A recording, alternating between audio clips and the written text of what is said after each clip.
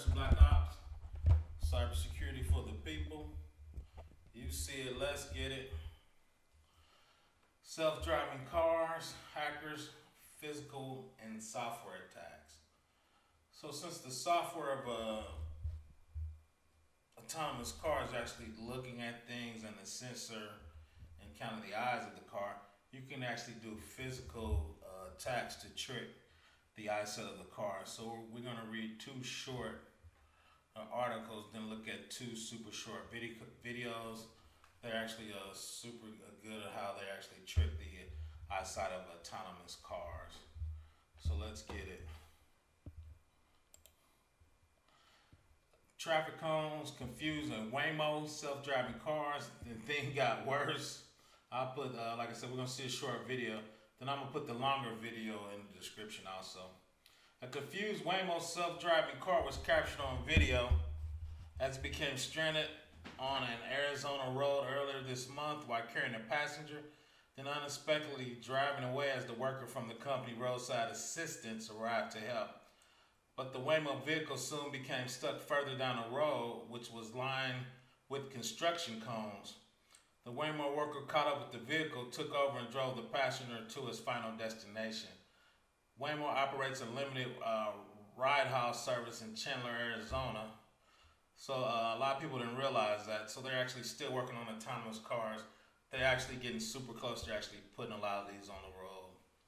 Autonomous vehicle experts who reviewed the video footage of the 41-minute trip posted on the YouTube by the Waymo passenger says shows a series of gaffes by Waymo's self-driving technology.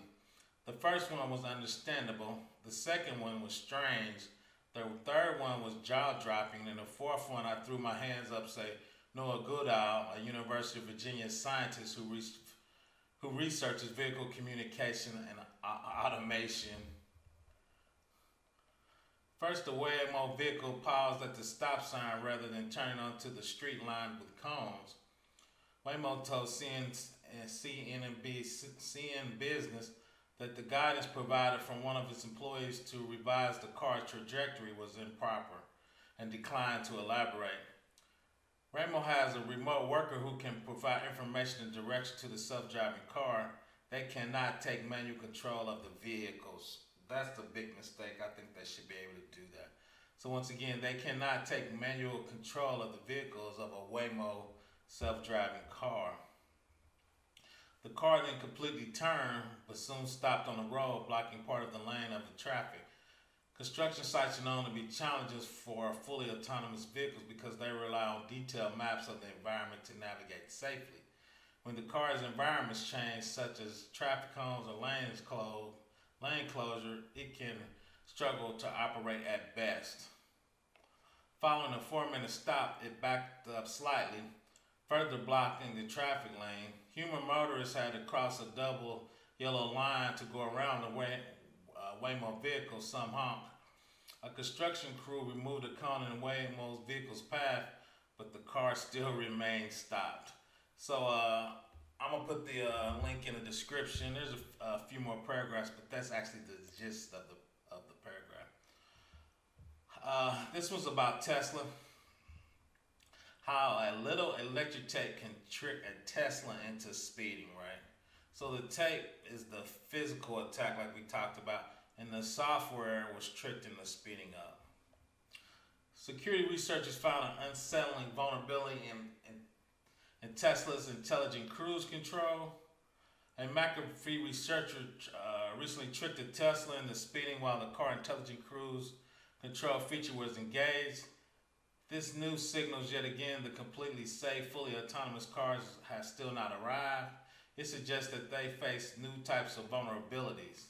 So the tape is a vulnerability, right, in the software that it could be tricked. So that's the sign right there where the 3 basically looks like an 8. Over the course of 18 months, the researchers who report was published today explore how they could get a Tesla to misread a speed limit by messing with the vehicle's ability to see.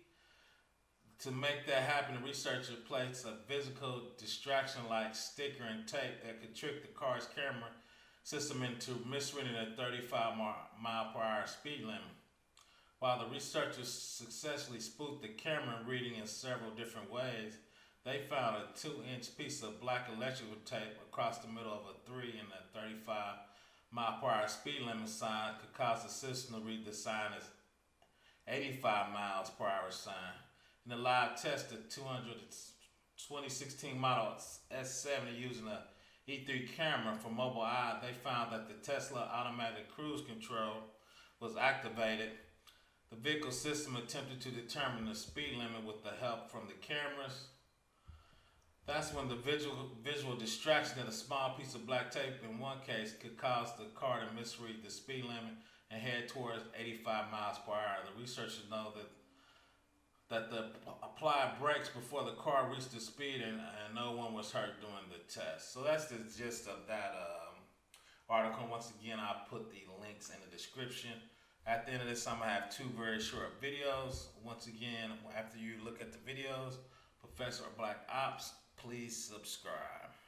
As we can see, Shivangi is holding up our adversarial 35 mph speed limit sign, with a small piece of black tape as the only modification.